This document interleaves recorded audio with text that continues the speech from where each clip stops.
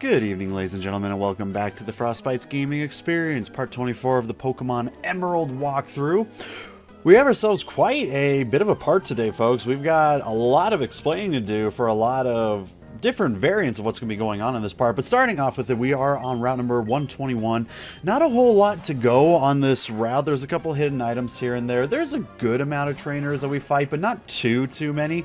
It's not nearly as long as routes 119 and 120, but the Pokemon that you can run into do change a bit. Let's go ahead and get those out of the way right now. With route number 121 and all three versions, you have a 15% chance to run into an Oddish with a 5% chance that it's a Gloom.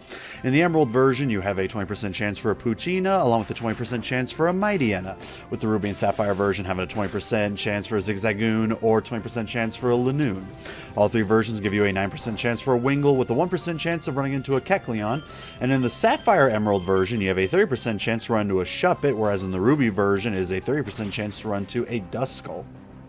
If you are surfing on route number 121, you have a 60% chance to run into a Tentacool, 35% chance for a Wingull, and 5% chance for a Pelipper. While fishing, you have a 30% chance for a Tentacool with a 70% chance with a Magikarp. With the Old Rod, Good Rod gives you a 20% chance for a Tentacool, 60% chance for a Magikarp, and 20% chance for a Wailmer. And the Super Rod gives you a full 100% chance for a Wailmer. And again, round number 121 doesn't really have a whole lot going on with it. The trainers aren't exactly too hard. We're capable of taking on all the trainers using nothing but Vibrava and Magneton, no problem. We do hit a point where we are going to be going against a Pokemon that does have the passive mood Static. That does get Vibrava paralyzed, so we have to deal with that. But we switch it out, bring back Blaziken, because Blaziken's so strong, we've been kind of ignoring Blaziken for a while, and we kind of want to bring our boy back into the main fold. The other main thing to talk about when it comes to Route 121 is that it is the location of the Safari Zone.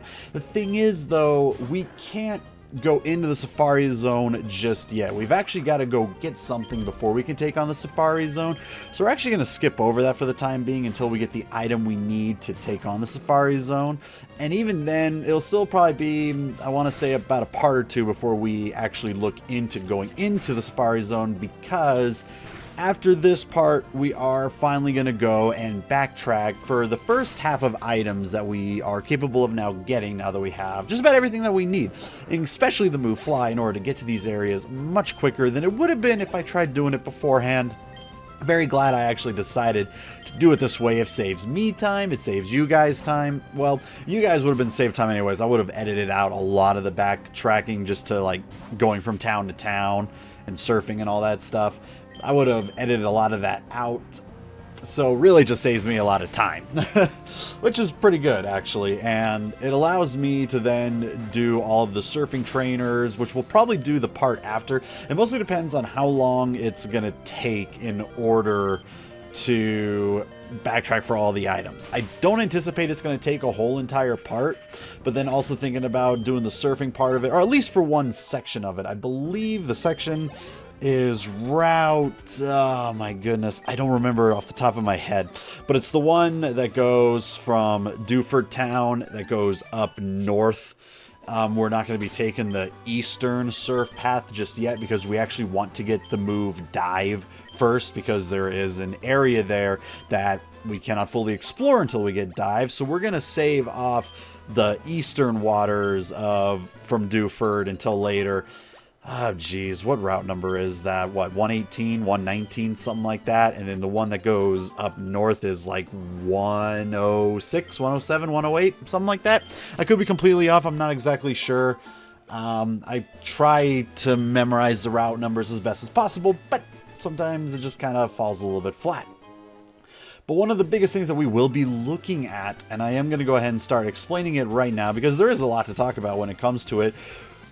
Not only are we finally going to get ourselves our MILOTIC, okay, but on top of that, we're going to be maxing out a number of other stats with two other Pokemon in particular, so that we can, when we do the backtracking, that was really immature, when we actually go back and backtrack, specifically on Slateport City, we are capable of getting a majority of the items that we weren't able to get before, because we do need to max out these individual stats in order to get them.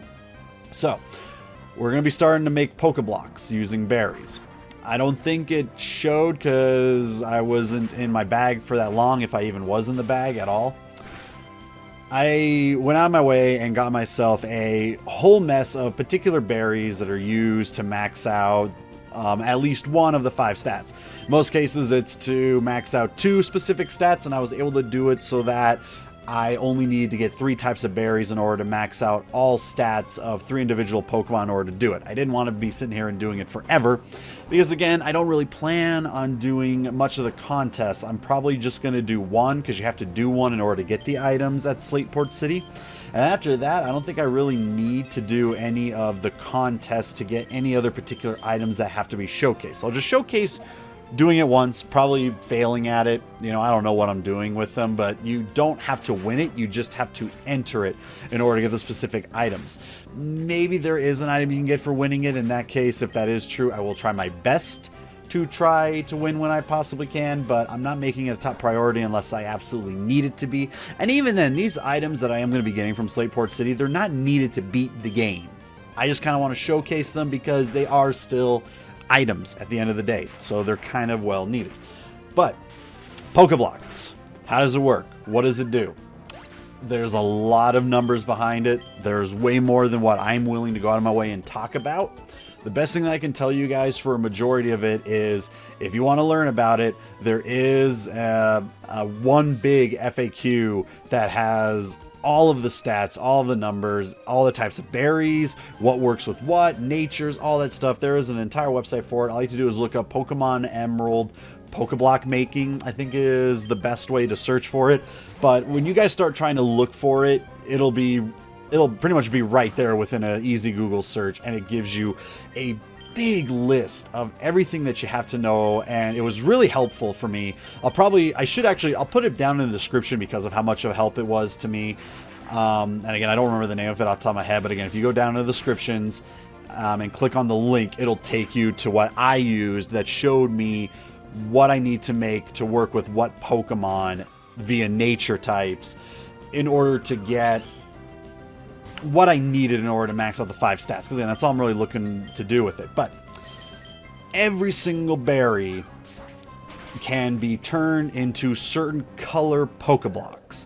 Red, green, blue, brown. I think there's like gold in some cases. I don't know if there's a silver one. I do remember there being a gold one. Indigo, light blue, like a whole bunch of different kind of colors. I think there's a total of, from what I remember, at least 10, I want to say, different color variants of the Pokeblocks you can get.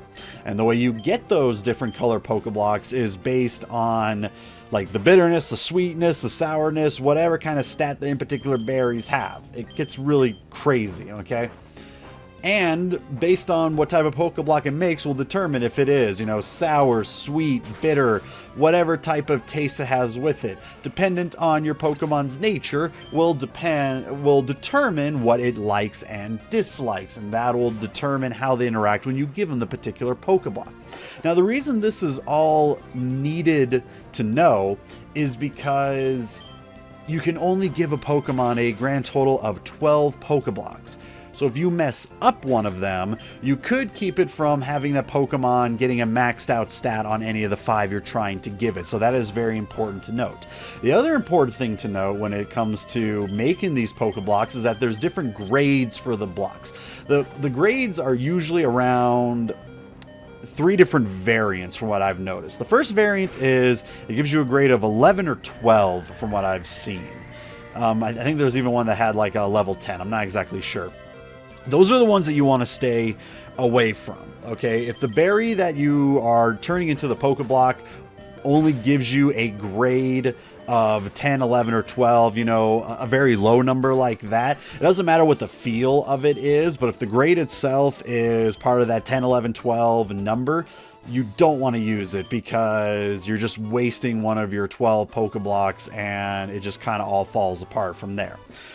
There are Pokeblocks that can give you the grade number 23, which is the ones that I will be looking at doing.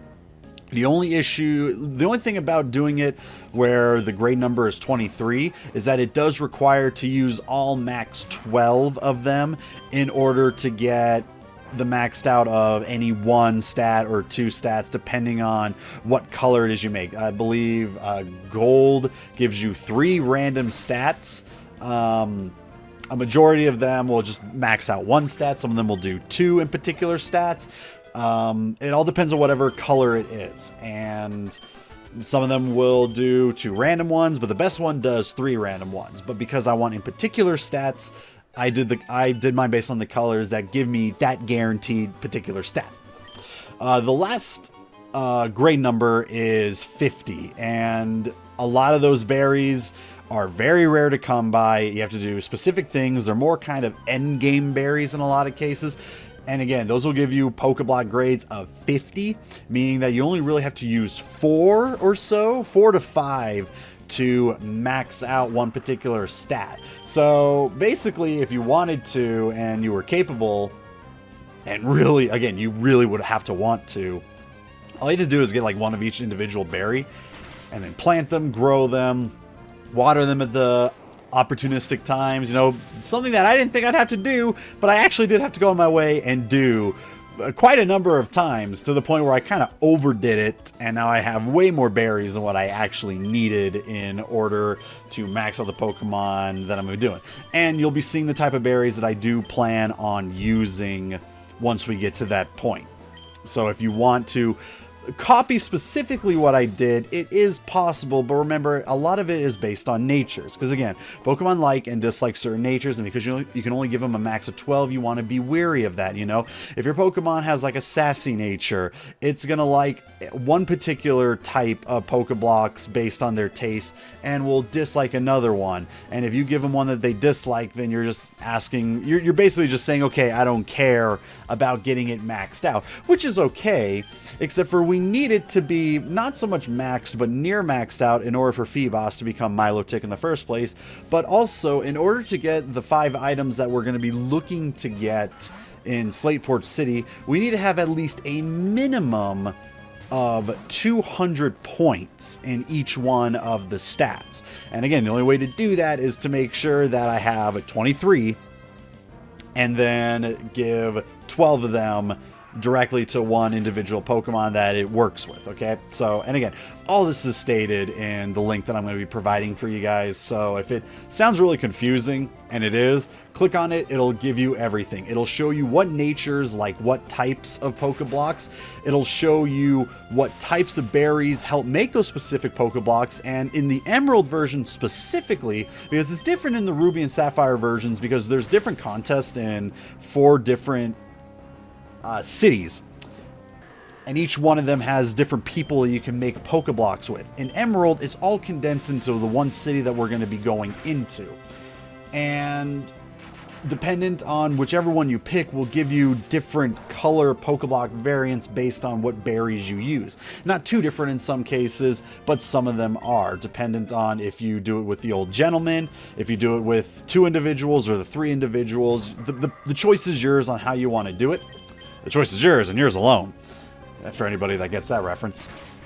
And again, depending on whichever one you pick will kind of determine on the color Pokeblock you get out of it. But again, if you look at the link, it'll show you, okay, if you're with this person, then and you use this berry, you'll get this. If you're with these 2 and you use this berry, you'll get this. If you're with these 3 and you use this berry, you will get this. It is guaranteed. Okay? So, with that said, and I do the one that has the 3 individuals, mostly because A, it's what worked the quickest, and B, because again, it also works quicker because the way making Pokeblocks work is that you throw it into the berry mixer block, whatever it is, I'm not exactly sure. And it'll go around and you just have to time the hit when it's on your arrow, and by doing that, it'll go faster. The way that I saw it was when I do it with the 4 of us, it goes by even quicker. So let's go ahead and just go right into it. Here we go. All this talk is going to be coming into fruition right here. So you're going to talk with this lady. She is going to give you a Pokeblock case in order to do any of this. And this is exactly what you need in order to do the Safari Zone anyways. That's why we skipped over all of that for the time being.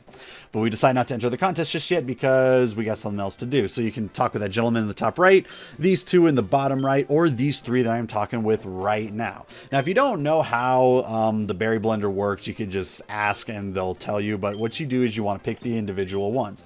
We start with the Pomeg berry because a Pomeg berry with these other three individuals will give us a purple Pokéblock, and the purple Pokéblock is used for giving us, I believe it's coolness and smartness, I believe is what it is. But again, once it's on your arrow, you just have to time it correctly. Something I found out when doing this through an accident is that you can actually hit it multiple times. I thought you were only able to time it once, but you can actually hit it more than once. You don't see me do it at all because I didn't realize it till much later. Because again, we need to make 12 of each of these, okay? But the first time when it goes through really slow, you can actually hit it for a grand total of 5 and get yourself 3 goods and 2 perfects within that. So the other one we're going to be using is a Klepsyberry or Kelpsyberry or however it is it's pronounced. This will give us an indigo block that is the perfect one at this point in time for our Feebas to get Milotic. It maxes out toughness and beauty. And again, it gives you a grade of 23. So you have to do it all 12 times. Okay, and again, you do this again and again and again and again and again. With these 4, I feel like it goes by much faster than doing it with the 1 individual or the 2 individuals. That's the biggest reason why I do it. And again, and it also doesn't matter what the ranking is. In a lot of cases, you'll always get 23. A feel of whatever the feel doesn't matter from what I've noticed. And then finally, the last berry that we will be using is the Greppa berry. Using the Greppa berry in this one will actually give you a brown Pokéblock that'll max out cuteness and I believe also toughness. And again, that's kind of what we needed. So with the coolness and smartness and the type of berry it actually worked with our Sableye nature. So we'll be maxing out Sableye's coolness and smartness. With the indigo blocks, it'll max out the beauty and toughness, specifically beauty for getting ourselves a Milotic. But again, also max out the toughness, so that's 4 of them. Many months later. Yeah, we do it 12 times each. It took at least 20 minutes or so. And then the brown one will max out the cuteness as well as also maxing out, I believe it's toughness, but we need that 5th one for cuteness. And Soul Rock, its nature doesn't really care what type of Pokéblock you get it as far as its taste goes. So we're actually able to get lucked out on that one. Now, I'm not showcasing doing every single individual one, just the first one and the last one, because as you'll see when I put in this last one, this is the 12th, you'll see that the toughness and the cuteness have been completely maxed out. Then we give ourselves the purple one to Sableye. That'll now max out our coolness and our smartness. Okay. And again, you do that 12 times through. And Sableye is now maxed out on cool and smart. And again, the only reason why we're really doing this, like, obviously we're doing it with the indigo one for Feebas in order to get ourselves Milotic for the rest of the run. This will max out beauty and toughness. And then the reason why we're doing it with Soul Rock and Sableye is just so we can get those items later on. And now that Feebas is maxed out on its beauty, well, not maxed out, but it's high enough. I think you need a beauty rating of at least 170. Once you hit that, you give it a rare candy or anything that can help it, you know, gain a level, but its stats are so weak that I figure I just give it the rare candy. Oh, this made me so happy to do. Getting a Milotic, I absolutely adore the way that Milotic looks. I think it's a really cool Pokemon. It's kind of like, you know, my best friend James, one of his favorite Pokemon to get was Magikarp in order to get Gyarados in Gen 1. This was kind of like my version of it, except for I never got to do it as a kid. This is my first time getting a Milotic on my team. Oh, it feels so good. But anyways, that's kind of a general idea of how berries and Pokeblocks work.